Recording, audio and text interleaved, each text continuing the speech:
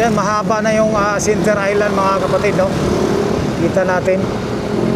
So talagang mahaba na, hindi na tayo makapasok. Dati pumapasok tayo dyan, no? So ito na po yung bagbagan dito. Ayan.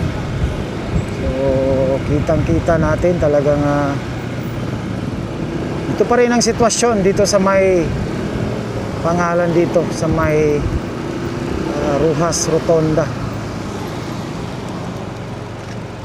Kita natin, no? Ayan.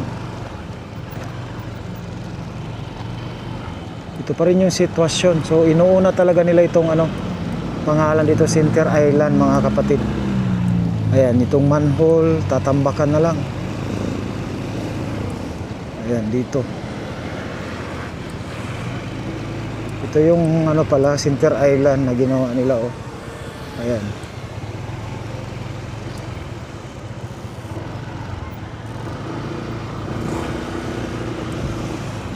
Ito pa rin yung sitwasyon dito. Nakapokus sila ngayon sa may pangalan dyan dito sa may Center Island talaga.